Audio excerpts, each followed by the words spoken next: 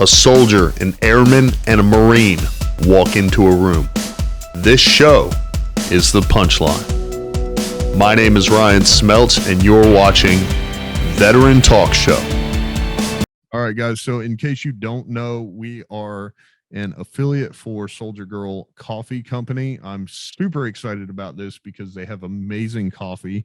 And in future episodes, you will see us drinking Soldier Girl coffee. They also have a CBD coffee. So if you need some CBD, which helps support your health in a sense of relaxation, it helps with your sleep and your overall health on a day-to-day basis, then Soldier Girl Coffee has both that and the caffeine you need. So be sure to check out the link in the show notes.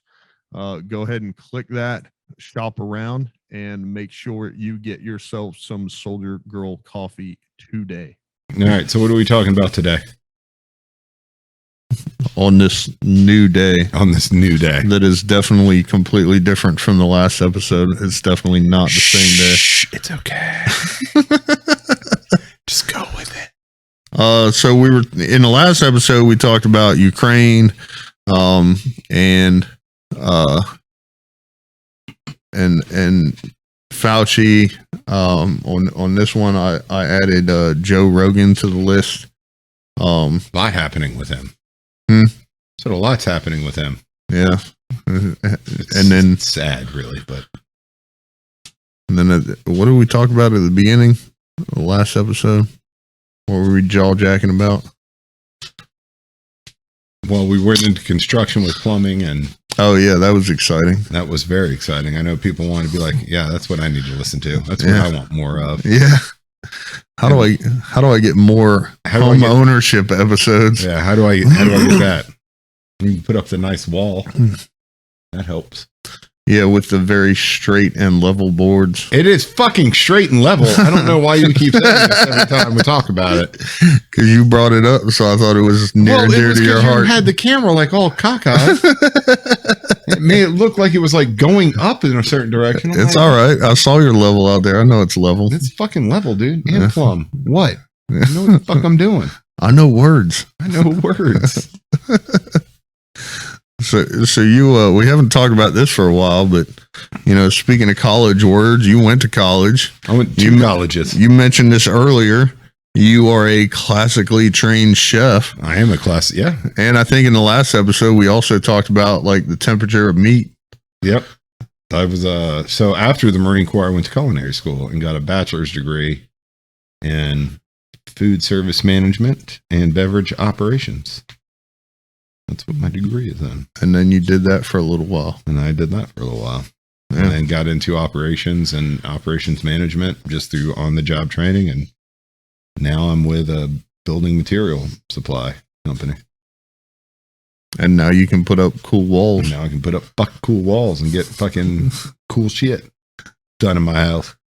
Yeah, so I went to... So before the Marine Corps, I studied at Western Carolina University for 3.5 years. I started out as a history major, kind of realized that was not... Thought you wanted to do it, but didn't? Well, so my plan was go to law school. I thought, well, history will get me there.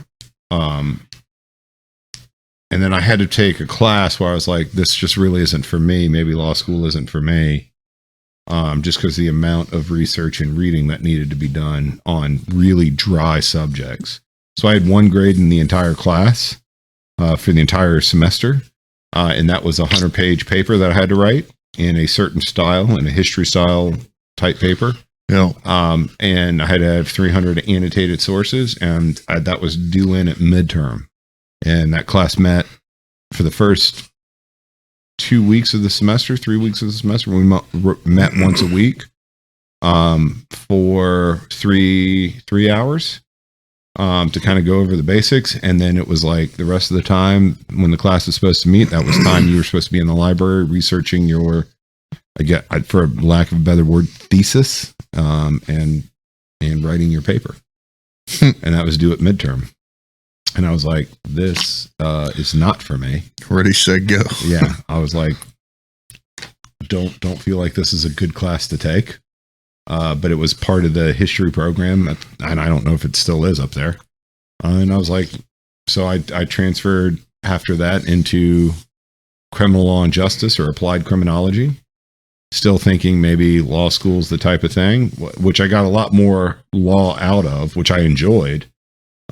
Still had classes where I had to go write big papers, but I actually enjoyed reading the briefs, and kind of formulating an argument, whether 2 or 4 against whatever the brief was or the case we were studying. Usually it was Supreme Court driven.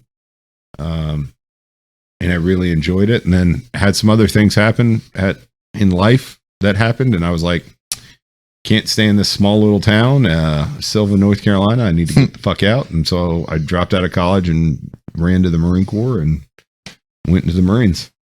Never looked back. Never looked back. And then after the Marines, went to, the reason I went to culinary school was because all that time in college, I was working in bars and restaurants, and really actually enjoyed that life. Like, just enjoyed being in kitchens, being just doing grunt work back in the kitchen. I just enjoyed it. It was a lot of fun. It was high stress. So I thought, while I was in the Marine Corps, well, after the Marines, I'll go to culinary school. And really enjoyed drinking, still do.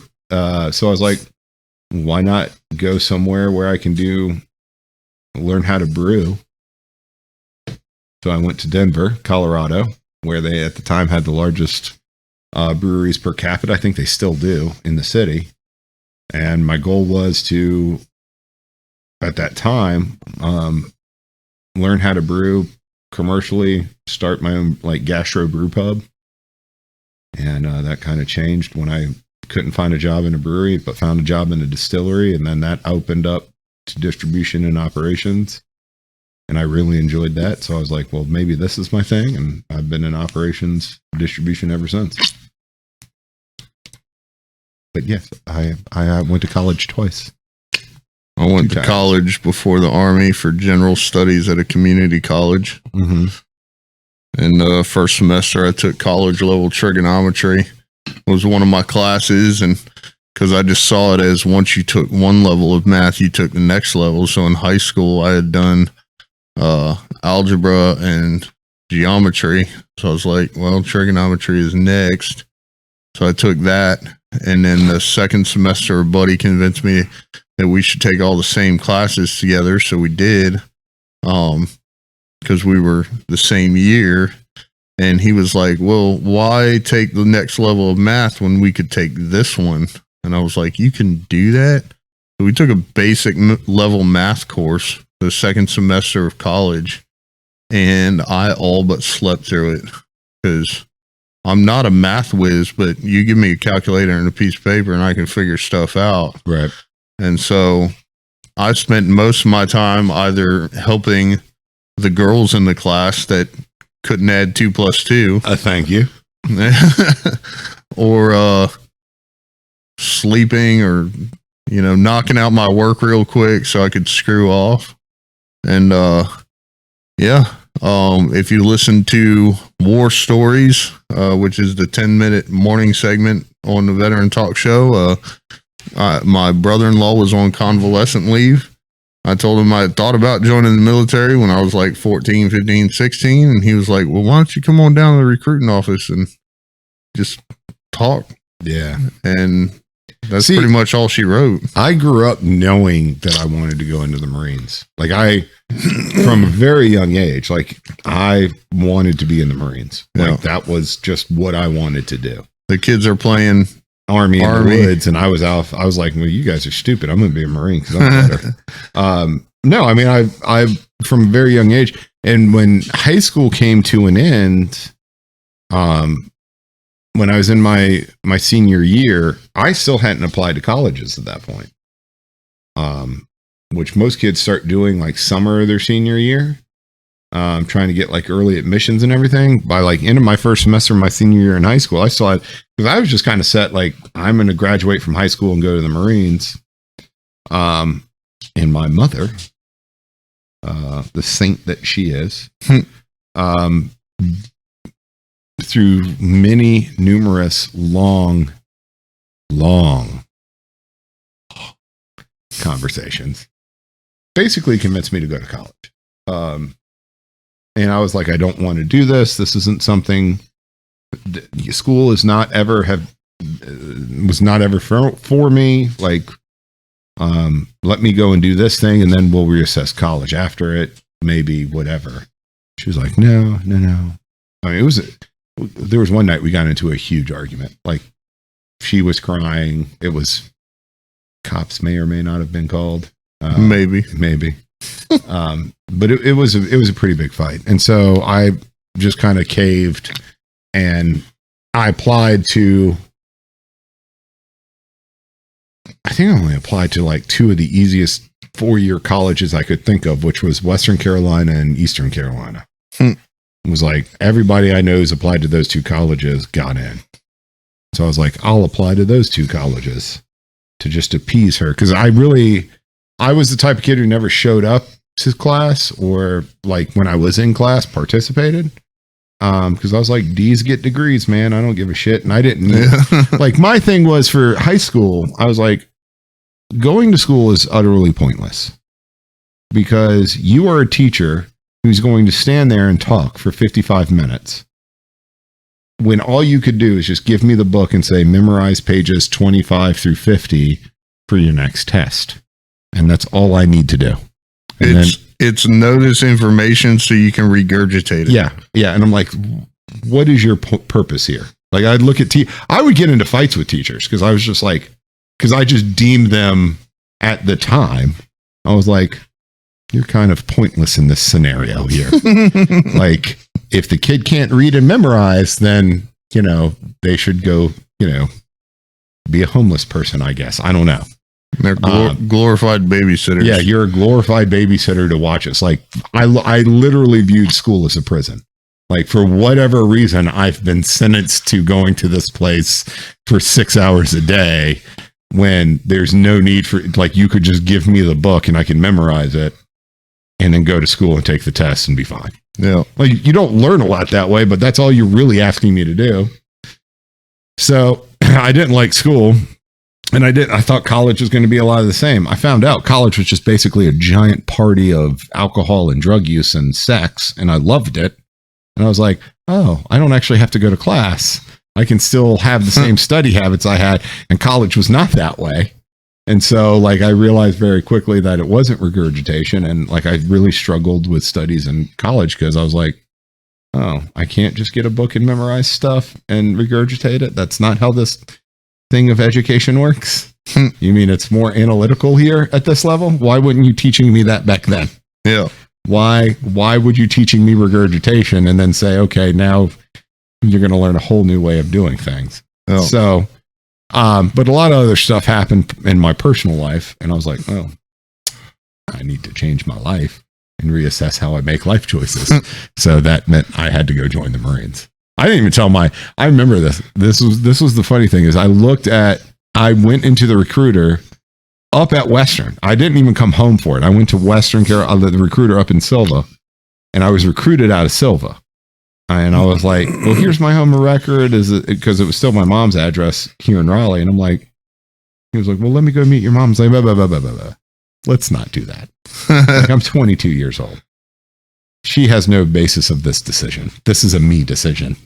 I'm doing this. So let me sign my name on the dotted line. Like, let me make sure I get what I want out of this deal. Sign my name on the dotted line and we can part ways. Like, let me go to boot camp. He's like, are you sure? I was like, yeah. Totally. 100%. He's like, okay, sign on the dotted line. I'm like, and I remember about a week after I had signed and everything, all the paperwork had gone through, and I was now technically in the DEP program. I was like, I called my mom. I was like, so this thing happened last week. You should probably be aware of. And guess who's joining the Marines? She was like, what happened? I was like, she thought I was like about to tell her. So I was living such a life where I was like, I either got arrested or got a girl knocked up or something. And she was like, what happened? Oh, Christ God, please don't let it be the end of your life. And I was like, I joined the Marine Corps. And she was like, for when you graduate, right? You're going to OCS. I was like, no. She was like, what? I was like, yeah, I leave April, whatever. She's like, that's like a month away. I'm like, yep. So that's happening. She's like, what are you going to do with all your stuff in the house? I was like, oh, I hadn't thought about that. Probably sell it or just leave it and let my roommate deal with it. Like, I don't know. But I know I'm going to be at boot camp on this day. That's happening. I have to report to duty. Mine was similar. I mean, at the time I just turned 18. And so I kind of just did it and then later told my parents. Yeah. And mom was tore the fuck up. Yeah, my mom cried. Yeah. It was not a good time. And I was like, at that point though, I was so mad at her that I was like, this is what I wanted to do fucking 4 years ago. And you were like, no, fuck you. You don't know what you're doing. And I'm like, here we are. She tried to guilt trip me at one point and be like, you know how much money I spent on college? I was like, I told you not to do it. Like, we went through this conversation 4 years ago. This was your own fault. You made this bed. Now you got to lie in it. Yeah. She's like, well, you're going to pay it off. I was like, I mean, I guess I can. You want to pass it off to me? Because we had FISA and all that. And I was like, just fucking, this is stupid. Why am I spending money on this? Yeah. And then very quickly in the Marine Corps, I was like, I should probably go to college. Like I quickly realized, like I remember in Afghanistan, I would meet the butter bars and I was like, they thought they were so much smarter than everybody because they were like, I went through OCS and have a college degree. I was like, dude, you've got literally 18 more credits of college than I do.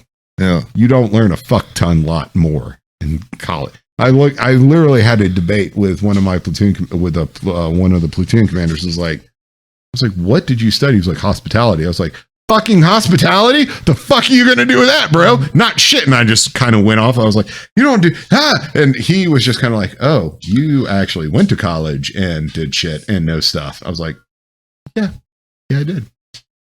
I got really lucky. So a lot of the become charging in right now. Yeah. A lot of just ended. The lieutenants that I had were very down to earth. You know, the very first one I had, the one that I had that I didn't like, we ended up deploying with.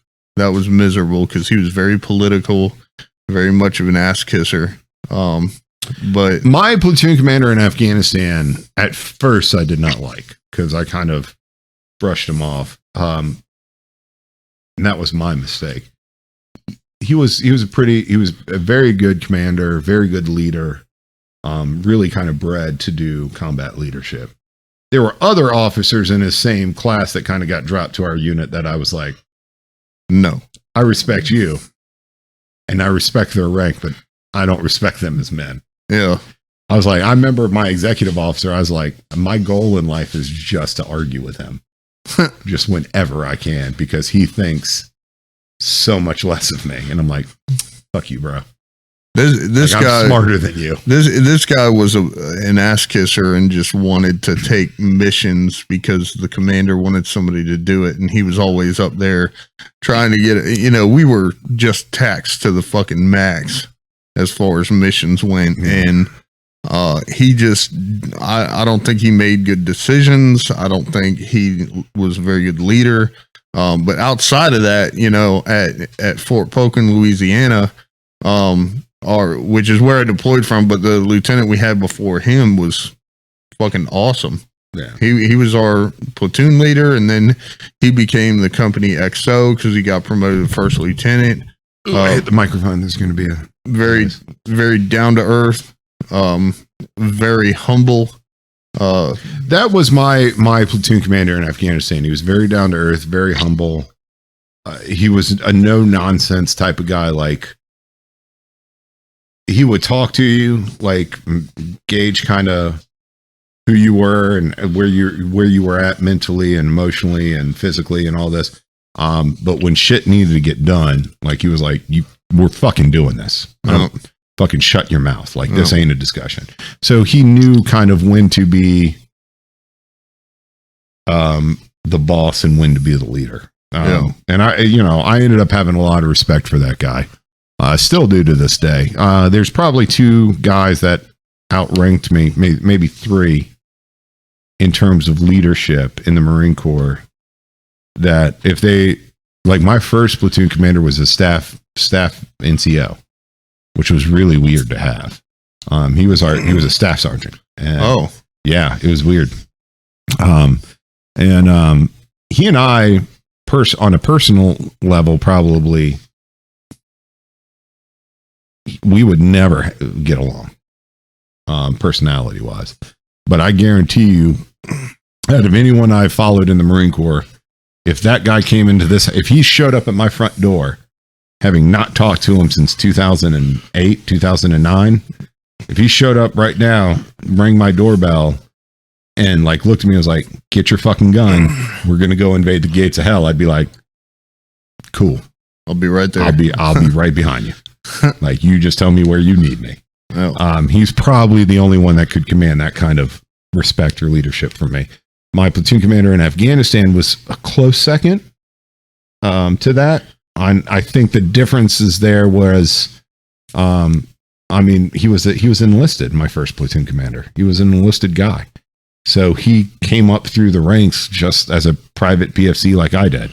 I just don't understand how that's even possible. I don't know how it worked out. Not sure. Officers' spots had to be filled by commissioned officers. I don't know the background of how that happened, but that staff sergeant was our platoon commander in Iraq. That's crazy. And we were the best platoon in the entire company.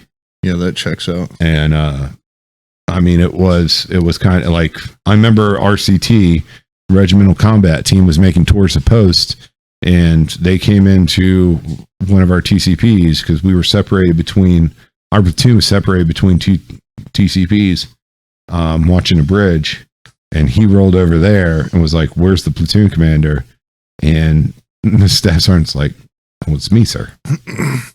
And he's like, "This is the problem with this battalion. So you got fucking enlisted guys as platoon commanders." And he's just like, "We adapt and overcome, sir. That's what we do." My platoon leaders at Fort Hood. So in Germany, I didn't have one because I was MCOM. So Yeah. we ran the post. But at Fort Hood, the first one I had, same thing, very much knew what his job was. Yeah. And to do that. And then when we would go out, to the range or on a rug march or something, he let the platoon sergeant do his job. And then the platoon leader after him was actually married to the daughter of my battalion commander from Fort Polk. Oh, wow. Which was a crazy roundabout. Little bit of nepotism there. I don't know. Yeah, I mean, he was he was cool. It was funny. I told him I've told this story before, but I accidentally cussed that guy out, the battalion commander, because I didn't know who he was because we were out running a sticks lane and he was playing Op 4. So we had full gear on, so I couldn't tell who he was from Joe Snuffy. And I was like, we obviously didn't have real flashbangs or grenades. So I mimed the whole throw a grenade and then yelled bang like they told us to do. And when we went in, he started shooting. And I go, "Hey, motherfucker, I threw a fucking grenade. You're fucking dead." And then we're holding and of course he didn't know who I was either.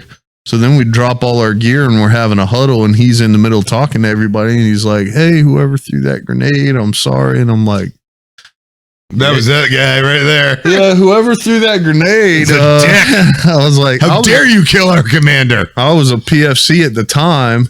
And then when I got to Fort Hood and I met that lieutenant and he was my platoon leader, I told him that story and he was like, "Yeah, that's pretty funny." I remember, so Afghanistan, I was on radio watch in the COC, and it was during the day, and our battalion commander had come down with our CO, and our battalion commander kind of came into the COC and was sitting down and was just kind of casually talking to everybody, like, "How you doing? How you holding up?" Just basic. And then when my platoon commander came into the COC, they started getting into a real like conversation as to what's happening, like a down to earth. You're the commander on the ground here. What are you seeing? What are you doing? What do I need to know? You know, what do you need from me? Kind of a type conversation. And so he started getting into it. And he stops and he goes, "Hey, real quick, can you just put on a pot of coffee because I feel like this is going to be a long conversation." And he's like, "All right, cool, sir, I'll get you." And he like we had this like makeshift duct tape coffee thing. I don't even know if you could call it a coffee maker. It was MacGyvered as hell. And he's like looking, my platoon manager's looking at it, he looks at me, he's like, "Malik, you know how to make coffee?" And I just stood up and was like, "Sir, go ahead and sit down. I'm gonna give you a hip pocket class on how to operate this coffee machine. And when I'm done with my class, you can fill out my earth." And my battalion commander started laughing. And he's like, "How the fuck does this Lance Corporal know what the fuck any of this is?" And I looked at him, dead on serious as hell, looked at him and was like, "Sir, I could fill a pool with shit you don't know." And I just started, and he started laughing. He was just like, he thought that was funny. I mean, I was just like, I mean, I did it respectfully. It wasn't like it was just a joke. It was just a joke.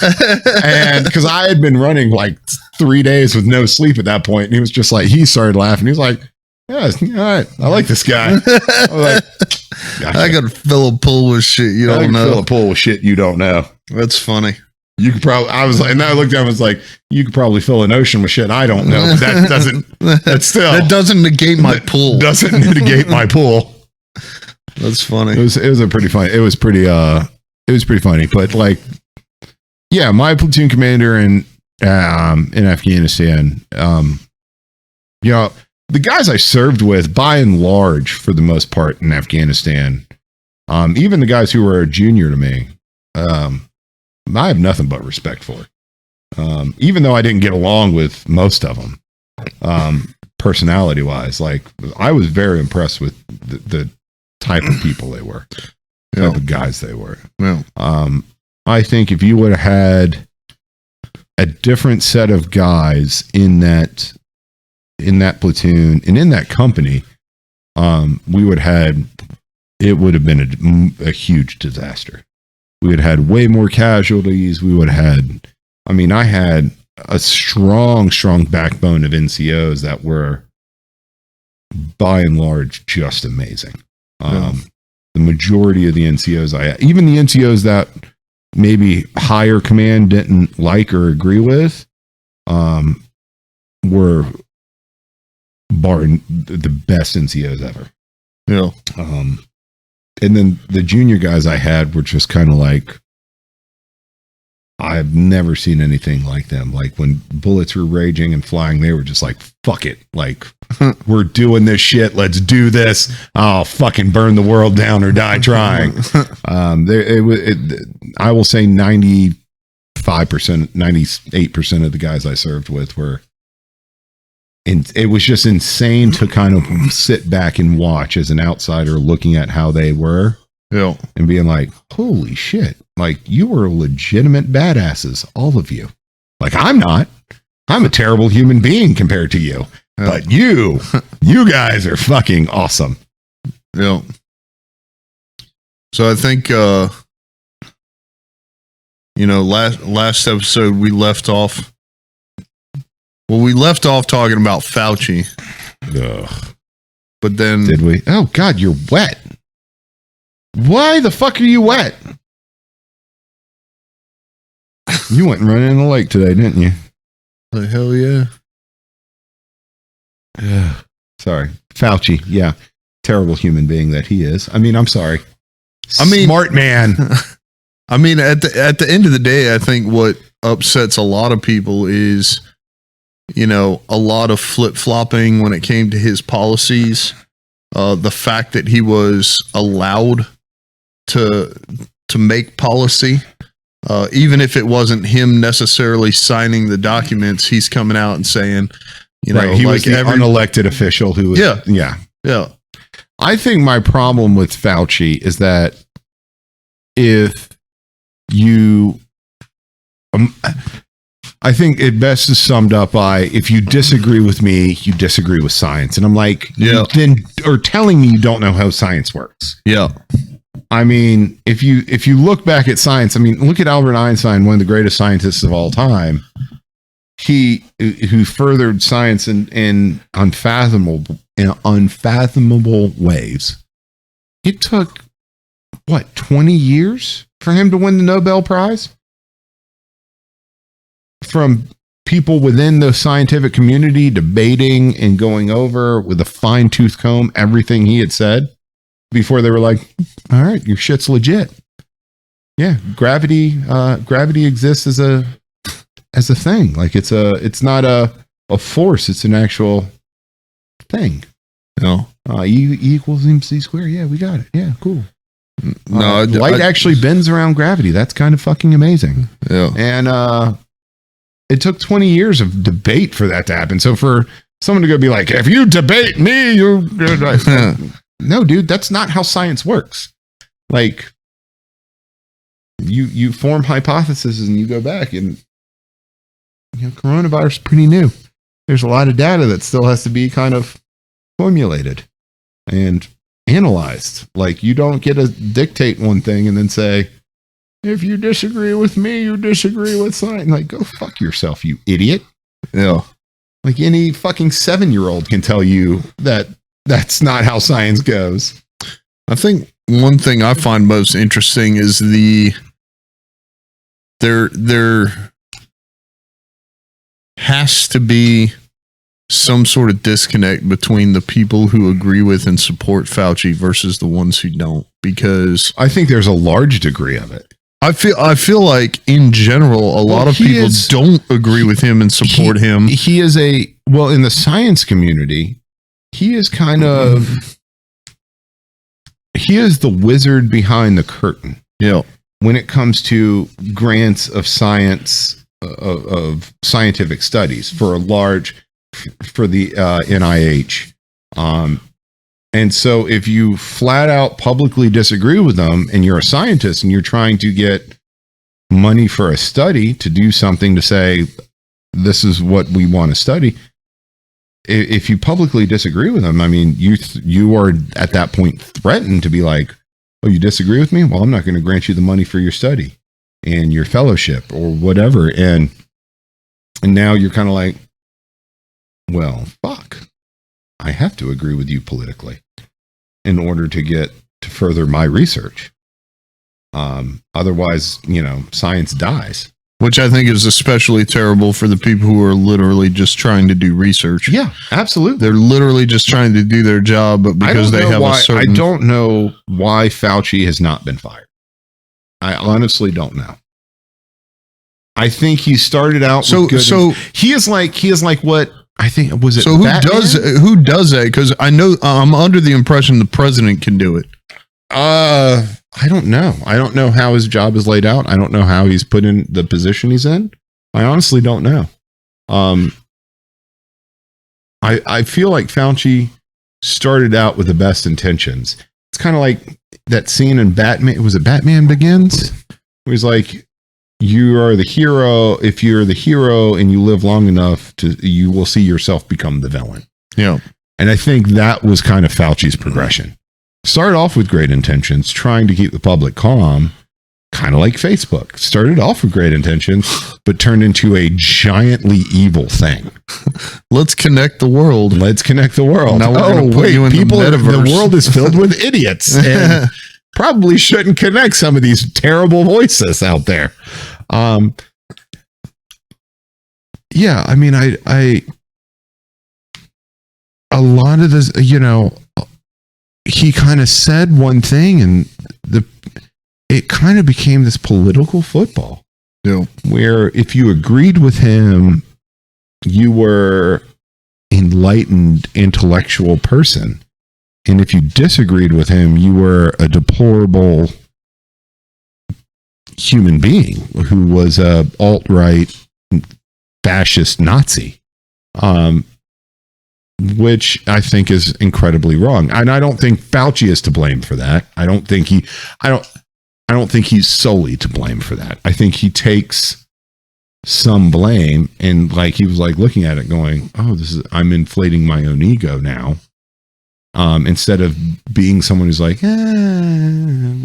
just calm down there. I thank you for agreeing with me, but what you're saying is, pump the brakes there.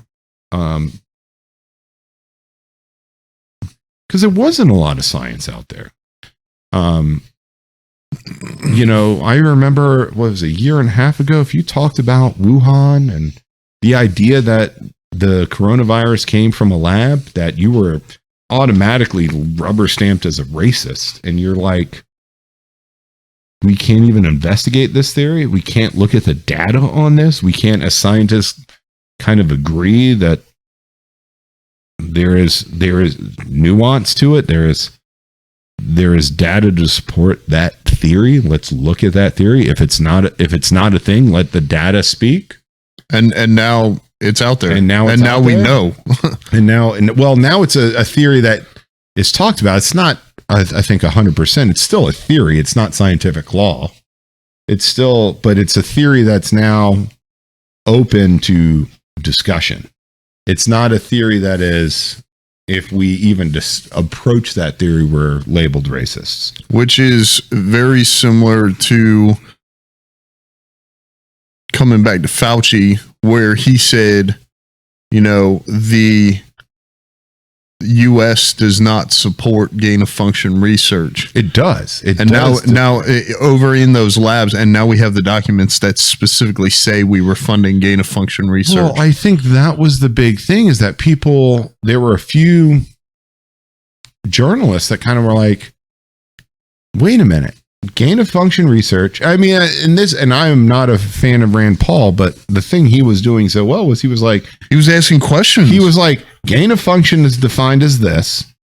What you are telling me is this definition. So what you are telling me is that we are funding gain of function. No. Fauci was responding as though, because it doesn't say those words, that means we weren't doing it. He's like, you basically pulled out a thesaurus and found a bunch of synonyms and just plugged them in. And since you didn't say the exact definition, we aren't doing gain. Are you looking at? You're go. Somebody's in trouble. What's wrong? I do. Okay. Is it bath time? Oh dear, it's going to be hell in this house for a little while. That's going to be exciting. Yeah, the big girl's getting a bath. Yeah. She did go in the lake today. Nugget doesn't like bath time, but he's also 15 pounds, so I just kind of... Yeah, she's 90. She doesn't like bath time. Because it's kind of a thing. That's why I look at her, I'm like, she doesn't really go into the water. But she'll get in just enough and be close enough to the dog. She doesn't trust herself swimming. So all the other dogs will go fucking swim out in the lake, and she'll stand there and get up to her chest, and she'll be like, I don't trust not being able to see where my feet are going. But other dogs will come and just splash all over, and she's fine with it. But man, she stinks. It's all done. Kind of feel bad that she's taking a bath without me, but I'm like, it'll be all right. Shit'll buff out. It will. She'll be all poofy. So I think the other thing with Fauci primarily, I think it's the most obvious one, is the flip-flop on the masks, because he kept going back and forth. Wear a mask, don't wear a mask, wear two masks. I don't blame Fauci for that. I understand that science is ever evolving, and that when you have a small criteria of data to look at, and that's all you have to interpret that data the best way you can. And as more data then starts to come in, then you kind of will have to change. That furthers your kind of view of what's happening, right? I think Fauci's biggest mistake is not kind of explaining to the world, well, we didn't really know, because he wanted to come out and be the egotistical maniac. He's like, I am science, which is terrible. Someone in his position should not have that mentality. And for that, I think he should be fired. It's you can explain to the people, like, we are getting data.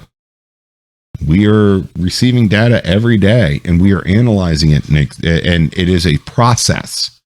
Right now, we are thinking, from what we are seeing, you should wear masks. But that could change tomorrow. That could change next week or next year. The data, we just have to get the data in, and it takes time to gather that data and analyze that data. But right now, from the small things that we're seeing, this is what we think is best. He never did that. And that's why I don't think you should listen to that person in that viewpoint, because they aren't sitting there going, this is what we think. They're like, we know everything because we are doctors and we have spent lots of time in school. So I don't know. I think my issue with him as a personality person is a leader. I don't think, and for him to be up in front of the country and lionized as a leader is a mistake on journalism's part, on the media's part. No, because no one kind of questioned him. And the ones that did were just kind of labeled neo-Nazi conservatives. Alt-right, Christian, whatever kind of adjective you want to use. And they did that in this kind of monolith thing. And so I think you had this fear-mongering going on. And it just it was a vicious cycle that just fed on each other. And I think that's kind of stuck around. So, like, one of my issues with the flip-flop on the mask is tell everyone to wear a mask based off of your current data, when it looks like maybe you don't have to anymore. Kind of like you were saying, take a pause, take a look at that data, that information, because it went, wear a mask, don't wear a mask, wear 2 masks, don't wear any mask, cloth masks don't work, N95 masks work. Mm-hmm. So it's like, if you had backpedaled a little bit, it's possible through this whole thing, we could have gone mask to no mask, and that was it. Yeah. But instead, because we changed so many times in the middle, now he just kind of looks foolish. Yeah, I mean, I think that's a lack of leadership in his. He is an analytical, he is a meek, analytical personality type person. I don't mean meek in a sense that that's a bad thing. I mean, it's just he is not a charismatic leader. Yep.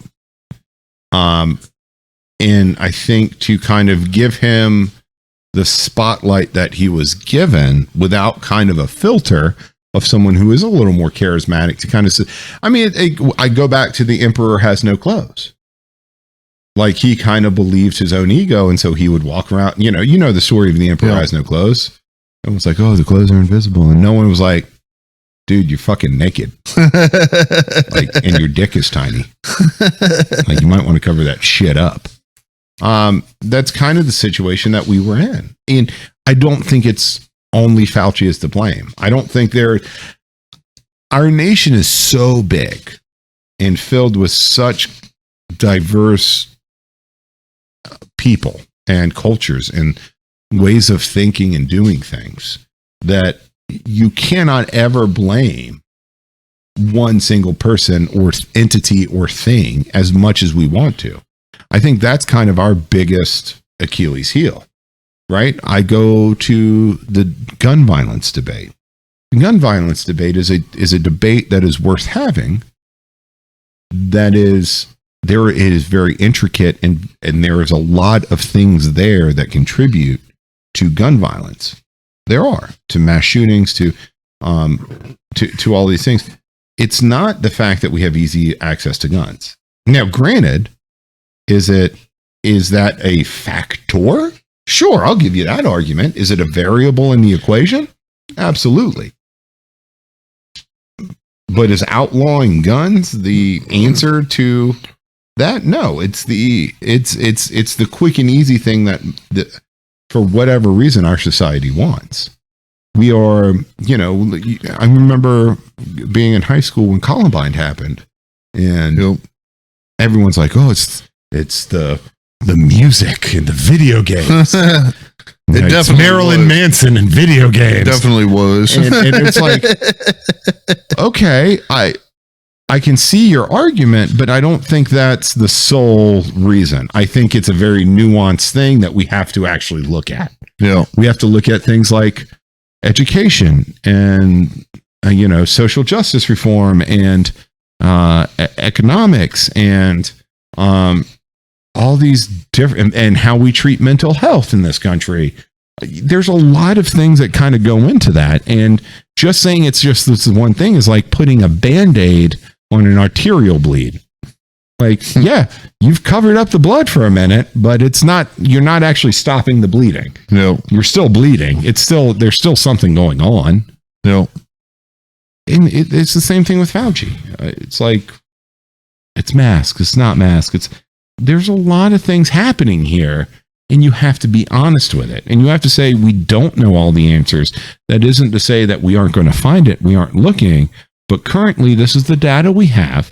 There's more data coming in, and we will keep you apprised. For whatever reason, people in the media and people at higher echelons of power are like, the American population is too dumb to handle nuance. And that's just not true. Kind of like they said not to. Oh, okay. Oh, you're in the big chair now. She's going to come snuggle with you. Okay. Millie. Maybe just lay down. There you go. Millie. Good girl. Kind of like they told us snuggles because she's afraid she's about to get a bath. They said initially that the reason that they told us not to because they were afraid they were going to run out of masks. Yeah. So if that's your reasoning, tell us that. Yeah. Like, tell us that. Instead of just lying. Instead of just fucking lying to us, tell us that. We're big boys and girls. We can handle that shit. We're adults. Hey. Like, look over real quick. Melly. Yeah. Good teamwork. You're okay. Yeah, I think at the end of the day, come on. So I lay down. As it relates to leaders and leadership, I hold leaders to a higher standard in the public sphere, in a sense of in the government, in the state of North Carolina, if something takes place, I hold the governor responsible. At the top of the food chain, the person at the top. So, well, yeah. If it deals more on a lower level, so say you go into a business that has a sign up, Wake County, the governor listed or lifted the mask mandate a long time ago and put it on the counties. Then the county said, "Dude, I work in Orange County. Let's talk about like." Well, then the county said, "All right, I think what it was North Carolina said, here's the mask mandate, but you can opt out." That was the second to last one. And then the last one, they just lifted it completely. But today you can still go to a business. And so if I go into a business that requires a mask, I don't hold the governor responsible for that. No, you hold the person responsible. Yeah, so that's what I'm talking about. But if it's like a statewide thing where same goes for the federal government. And me and my brother-in-law disagree on this. But I said, if at the end of the day it deals with the federal government, it's the guy at the top, and his argument was essentially kind of what I had said before, not in line with that, but as far as like the deep state, like we know President Biden is not in that position because, he's there because that's who they wanted to take the position. Come on, you want to get a minority female elected to president, and they wouldn't even vote for her in the primaries, mostly because Harris is completely unlikable. No. But what I'm saying is, I hold the leader ultimately responsible in this specific, in the Fauci scenario. I hold Fauci responsible for Fauci. So I'm not blaming him for the miscommunication, especially when you have like the director of the CDC or the health department coming in there and saying stuff. Like, I'm not going to hold Fauci responsible for the things that they said to the public. But when Fauci gets on there and he it is kind of like you said as far as the data goes, but whether he was telling us that it was being changed because we're still gathering data, or I think what he should have done was just paused. If he's still analyzing data, then instead of changing the policy, leave the current one in place. Look, Millie, go. At the end of the day, I think Millie, hold on. Millie, we're confused. Go get mommy. Go. Go. No, she knows it's bath time. Go get her. Like, I don't want this. This is terrible. This isn't what I signed up for. No, I get what you're saying. I understand. So that's why I would never hold Fauci responsible for the overall. Well, this is why I don't like Trump. I think in order to be a good leader, there is an element of humility that you have to have. I don't think that Biden has it. I don't think that Trump has it. I don't think that Fauci has it. You are a single human being. And the only person that I can think of in the history of mankind that is documented as to never having made a mistake, he has a smirk on his face, is Jesus. If you Jesus, then you don't make mistakes. Kind of the benefits of being the son of God, right? Like, you're a Christian, right? Yeah. You agree with that? Yeah. Do I think that that's true? I mean, since I'm not a religious person, and I'm someone who's read the Bible, there is one story of Jesus when he's 11, and there's nothing else until he's 33. I want to know what kind of happens in those 22 years. Well, back then, ages were different. So. Is that it? Okay. He was 11, and then he turned 33. Oh, okay. Yeah, I'm glad I could clear that up. Thank you for that. Thank you for your biblical. No, but we are all human beings. We all make mistakes. And I think one of our societal problems that we don't address is that as a society, we expect those in the limelight, doesn't matter if it's politics or sports or entertainers, we expect them to be perfect. And that is very unrealistic.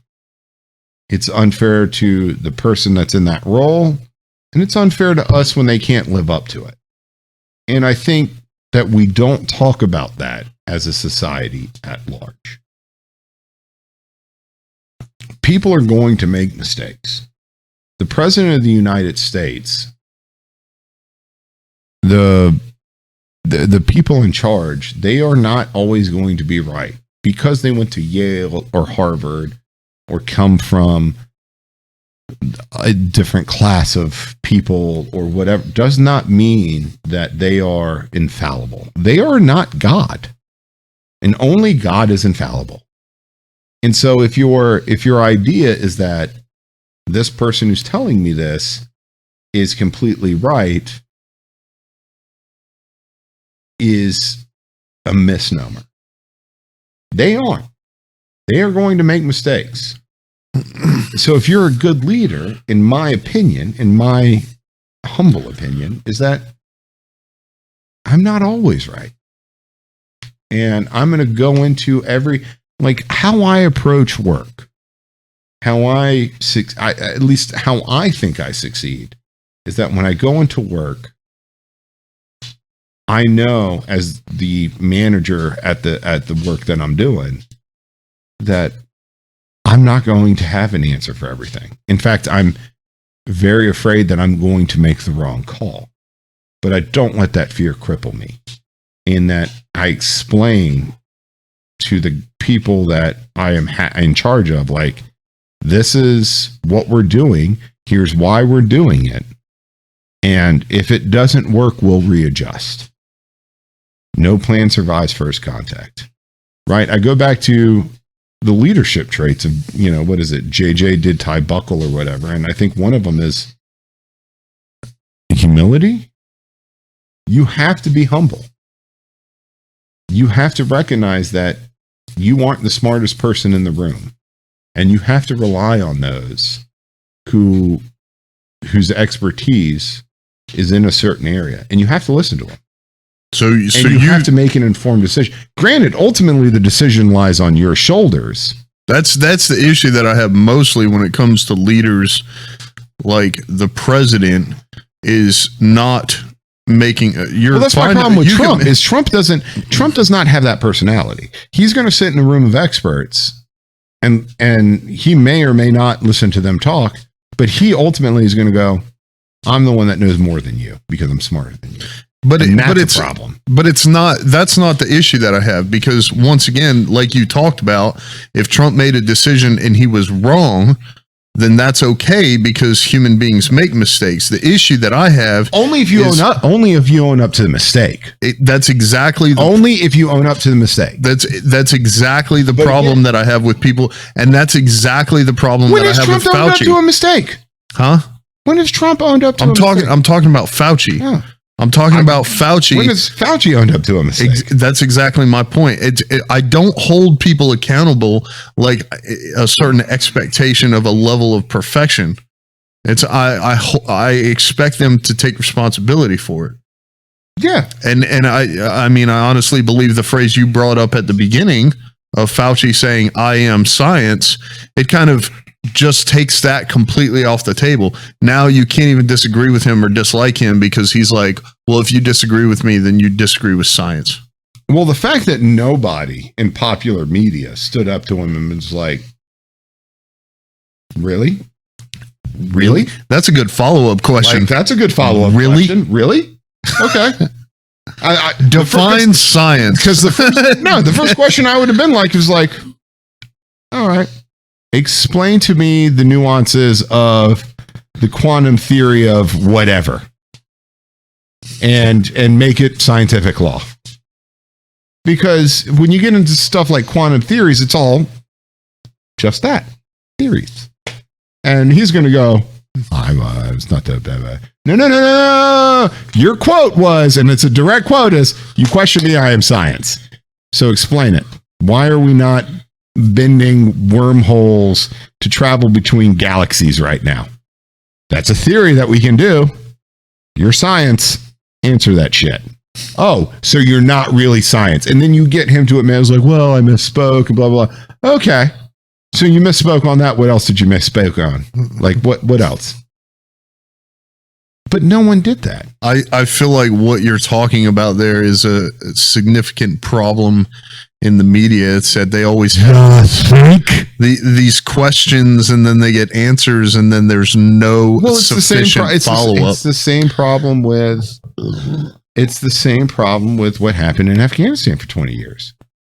Nobody who was at a big name media company, anyways, that was winning Pulitzers, was going, hey, top generals at the Pentagon, you say we need more money, you say we need more manpower. What does winning look like? Define it. How do we hold you accountable? So when we don't hit those goalposts, we can come back to you and say this.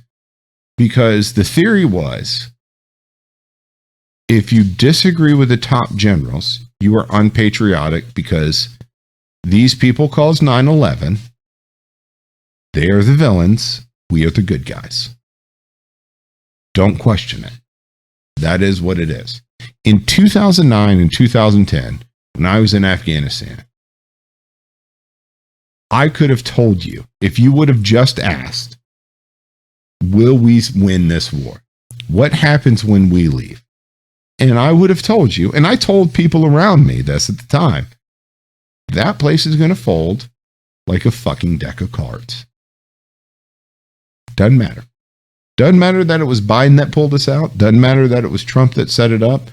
Doesn't matter what president was sitting behind a Resolute desk. The images you saw when we left Afghanistan would have been the images you saw no matter who was the president. Period. I agree with that. I don't think you have, because Afghanistan and maybe not Iraq as much, but they're very tribal. They are. So it's like Afghanistan is way more tribal. But you Iraq don't ever was. You don't take a society that has operated a certain way for in such a long period of time. Here's the problem.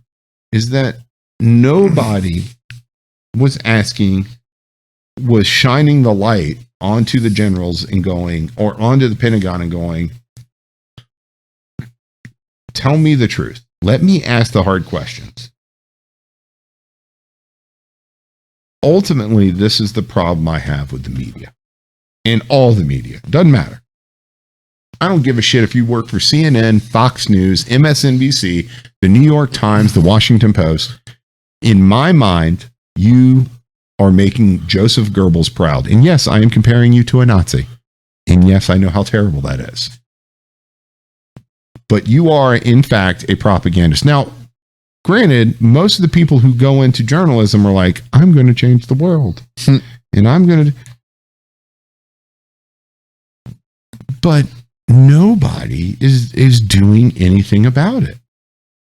Nobody is changing the way the media is. I think everyone is like, oh, it's just entertainment. It's not. So I think I would disagree with you on that point, but just in a sense of that nobody's doing anything about it.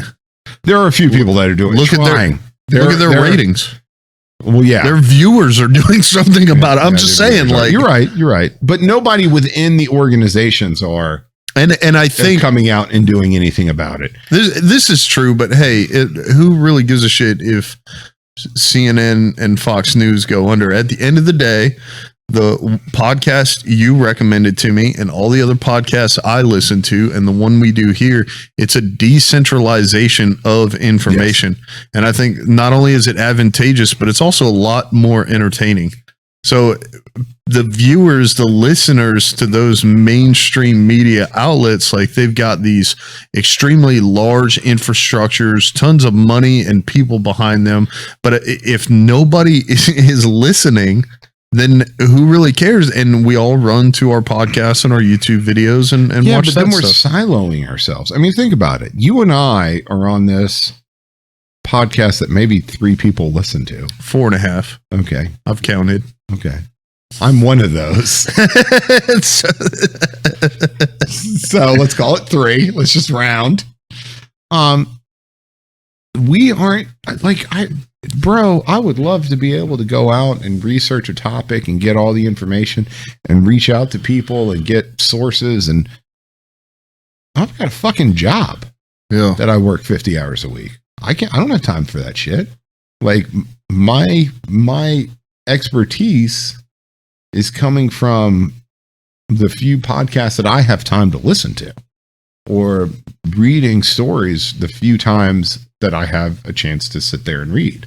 Yeah, but some of the ones that we listen to, like, that's what they do. That's what they're passionate about. Like, they invest in that. Yeah. So it's like, I understand where you got because their reach, got to put a grain of salt on that. Yeah, well, I mean, I know their reach is not as powerful as some of the larger companies, but still, if the larger companies don't have viewership,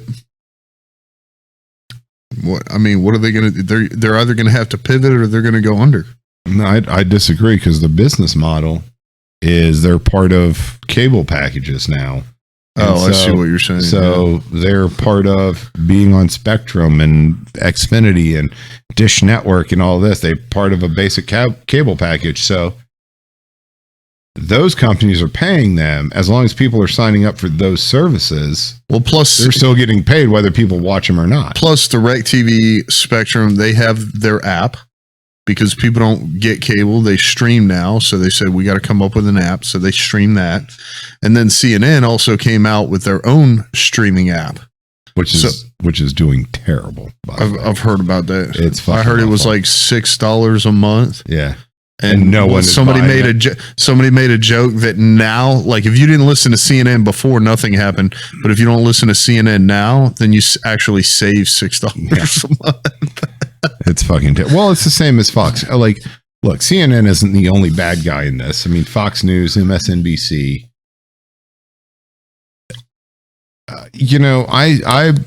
We just got Apple TV streaming for a few things that we wanted to watch there. And Jon Stewart is on, and Jon Stewart and I probably, if we sat down, there were things that he and I would agree on. And there were probably more things that he and I would disagree on just because of the lives we've lived.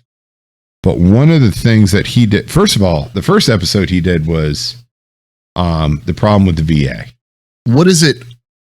It's not a comedy show. It's on Apple TV. So you use the Apple TV Plus app. Yes. And then you can watch that show. Yeah. Okay. So the reason I got it, one of the reasons I got it was because I was watching on YouTube. He had this new show, and his first show was on the VA, which very directly involves me. And he is a big advocate for veterans and first responders, which is amazing. And the things that he's done for first responders and for the veteran community is outstanding, and he should be commended for it. But he went and sat down with the head of the Department of Veterans Affairs and was like talking specifically about burn pits, and was like, why are you not helping veterans for this? You should go and watch the episode. It's fucking phenomenal, kind of how he holds him to account and does not let him skirt around issues and like circle talk. Yeah. The whole thing. How he's like, whoa, this is the question I'm asking. This is what I feel like I've heard a clip. It's fucking phenomenal. Well, he did one, I think it was like last week or 2 weeks ago that we watched. That was the problem with the media. And it is fucking amazing to watch, to be like, they are no longer the Walter Cronkites of the world. They are in entertainment businesses, and they are on the same level as the Kardashians. And it's insane when you start sitting down and thinking about how they set up their business model, that they are not there to inform. They're there to entertain. No. Like Tucker Carlson, the Supreme Court ruled that he is an entertainment. Like there was a lawsuit that went all the way up to the Supreme Court, and the overall, and I don't know the exact briefing or what the case was about, was he's not a newsman. He is entertainment. It's the same thing with Rachel Maddow on MSNBC, but these companies are using, and they're saying, I just don't know they're saying that we are media and we are the freedom of the press, and they're not. They are straight up lying to you. They are in the business of entertainment, and that is all they are in. Yeah, because I just don't know if you're not in like investigative journalism and then regurgitating strictly the facts. If you can honestly say that, because I feel like the monologues and stuff like that Tucker Carlson and some of these show hosts, put on, like they're written so it's a lot of opinion and it's coming from their mind as opposed to the straight facts. So yeah, I mean, I would agree with that. I guess I never really thought about that. They are by and large entertainment. And the question then becomes, under the freedom of the press, is entertainment, is there a tagline that we should be putting on that says this is not news, this is entertainment? Like a disclaimer. I mean, think about it. If you are telling the world that you are a news organization, and yet your business model is entertainment, should there not be a parental advisory that says, we are here as an entertainment thing, this is not news? I definitely feel like that is hot things are hot. I mean, it's one of those things where it's like, should we have to put that on there? No. But yeah. But I think because it becomes then so, if we're not putting that advisory out, but here's the downside. Here's the double edge to that sword. If the government is the one that is saying, this is media, this is entertainment, what's to stop them from saying, well, anybody that disagrees with us is entertainment? And anybody that agrees with us is media and news and the press. So these people get access to me. These people don't. That's kind of the double-edged sword. And that's the conundrum that I think we face.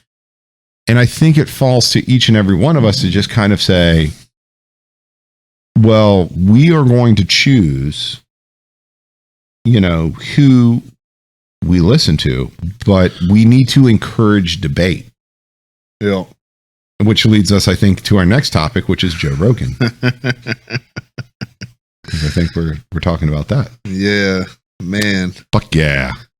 Joe Rogan is awesome. Like I said before, when we were downstairs, I know he's like worth a lot of money, and normally you wouldn't hear this from somebody, but I just kind of feel bad for him because I know how he got started, and his intent behind that show was like, I'm a genuinely curious person who wants to hold long form conversations with people of all different industries and backgrounds. I don't know what he's going through, and I don't know what led to the decision that he made. And okay, so for those who don't know, the decision that he recently made was that he's not going to have political people on his podcast anymore. Yeah, it sounded like possibly heavily weighted political people and figures. So don't know why he made that decision, but from the outside looking in, the reason I personally, and I'm not saying that this is a bad decision or a wrong decision, I disagree with it because I don't think ideas happen in a vacuum. No. I don't think consensus and change happen in a vacuum. You need to have debate.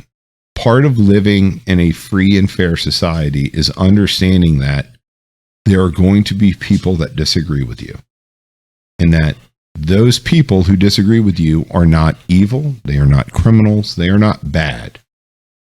They are people, and they are entitled to their beliefs and their structure, no matter what they are, as evil or as terrible as they are entitled to them. And living in a free society means you have to deal with it. You are going to be offended in a free society. It is going to happen. The idea that you walk around and you are not offended in a free society means that you are not in a free society. If you walk through the streets and you're not offended, you are living in an authoritarian state. Okay, so my question is, because the way you speak makes it sound like you don't think he should have made that decision. I don't think he should have made that decision. Okay, so that's me personally. So let's look at it from his perspective, which is, I absolutely understand why he would make that. It's a business decision. Yeah. So here's where we're at a crossroads. We can be Joe Rogan and tell everybody to fuck off. The guy that has possibly the largest podcast. It is the largest podcast on the face of the fucking planet. 11 million downloads a month, and risk enough people getting pissed off, or the right people getting pissed off, to where you go from podcast to no podcast, or just not have political guests on anymore and still have the freedom to talk to 99% of the people that you want to. So that's that double-edged sword you talked about. That's the double-edged sword. I just don't think he made that. He didn't make that decision because of him disagreeing or being offended by other people. No, definitely Joe Rogan didn't. It's a business decision. I couldn't imagine being in that situation. I couldn't. I don't know how I would make that call. Like, I don't know if I'm in Joe Rogan's shoes and I have all of that going on. I would like to think, there's a part of me that's ideological that would think I would stick up and say, I'm still going to bring people on my podcast that are controversial. No. To let them have a voice. I would like to think that I would do that. I mean, that's a very tough call to make. I mean, I haven't lived it, right? You haven't lived it. No. You know who's lived it? Joe Rogan. I mean, I don't know. I think of him as a tough guy. I think of him as a guy who someone I respect. I mean, I do respect him. He and I probably would disagree on some things and agree on others. I think we'd agree a lot more on things than we would disagree. I really liked him on Fear Factor. I liked him on Chappelle's show. I smoke rocks, Joe Rogan. No, I mean, these. Again, but I think ideologically, I would think I would want someone across the table from me that is completely different from me. Yeah. I would like to have the chance to have an outlined discussion of the topics we're going to discuss. But we're going to hit A, we're going to hit B, and we're going to hit C in a 3-hour conversation to give me time to formulate why I believe pro or con against those 3 things or 4 things or whatever. And then sit down with that person and say, okay, you and I disagree fundamentally on A, we agree fundamentally on B, we disagree fundamentally on C.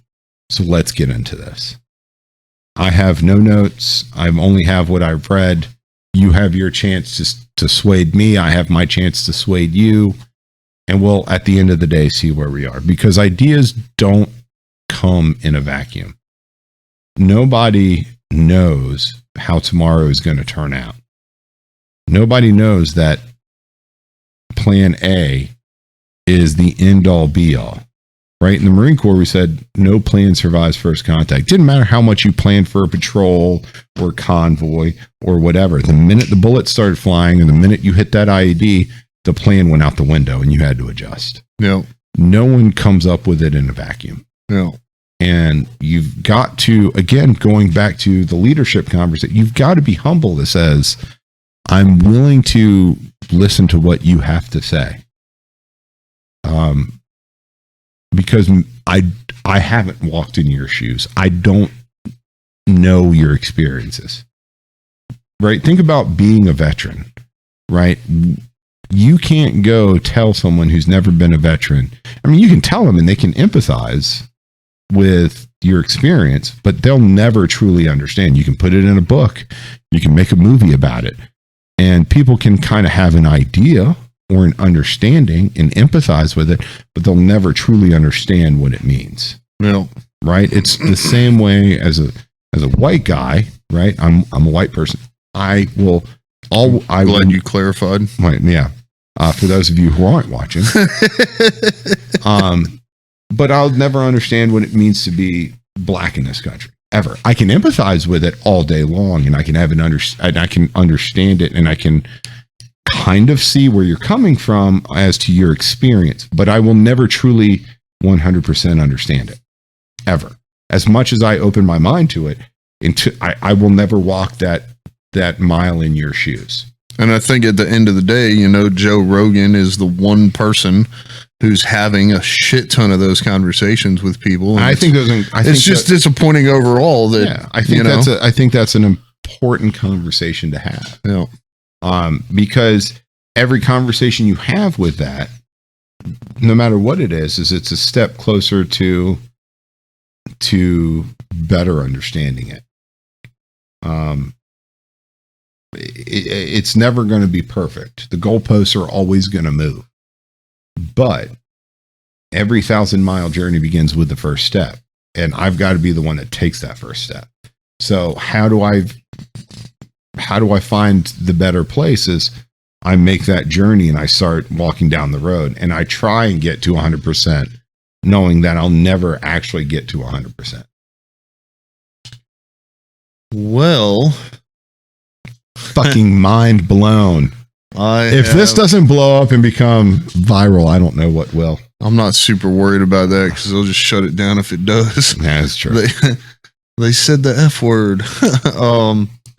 So coming up, we have several. The great thing, because you made the comment about, I have a job, so I can't travel the country. That's a good thing because we don't have to adhere to other entities, whether that's our audience or a larger corporation or a boss, whatever it is. So we've got next episode, I've got notes written down for business, how to grow a business, different techniques and strategies. I operations, but maybe we want to pick up where we left off with Ukraine. We can do whatever we want. Yeah, we could. We can do whatever we want. So I've got that written down. I would like to know if anybody wants us to talk about specific things. Yeah. If there are any comments out there. So they can leave it in the comments section. Yep.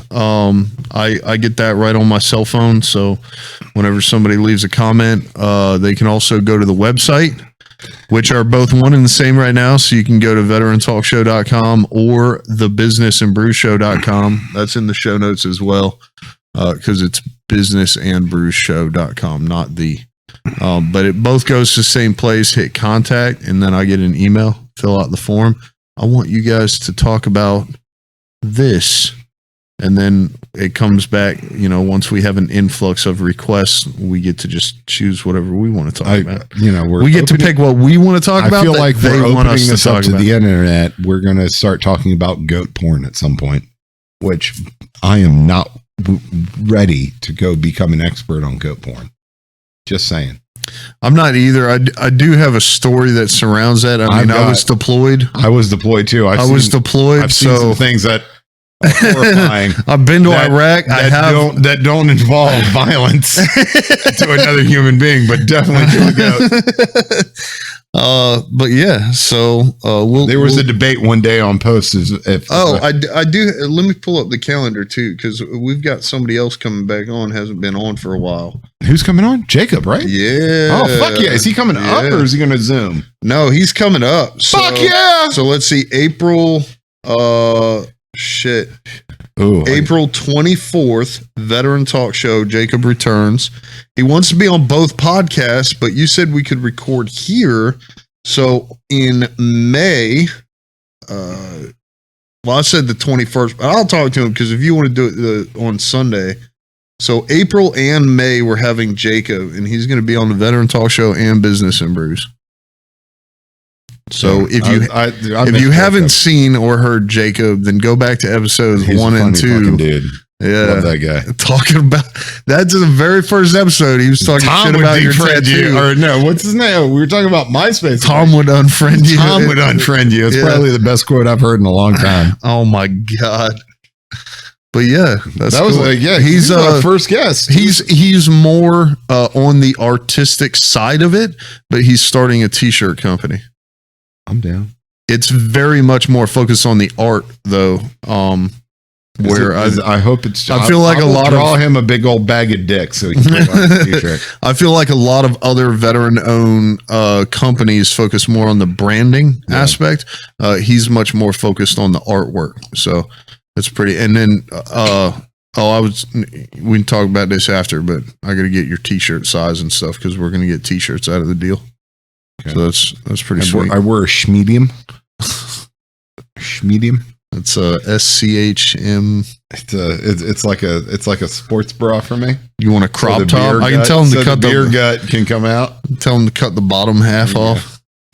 I know. There are people throwing up right now because they're now visualizing that. Well, maybe they should listen to the podcast instead of watching the video. Yeah, if you were listening, I look like The Rock. If you're watching, you know I'm a liar. Until next time. All right, guys. This is the Veteran Talk Show. If you or someone you love is suffering as a victim of sexual harassment, sexual assault, needs help with addiction and recovery, or mental health and well-being, then please go to veterantalkshow.com/resources. This show is hosted, produced, and edited by Ryan Smeltz. Our co-host is Joe Ballack, and a guest starring veterans.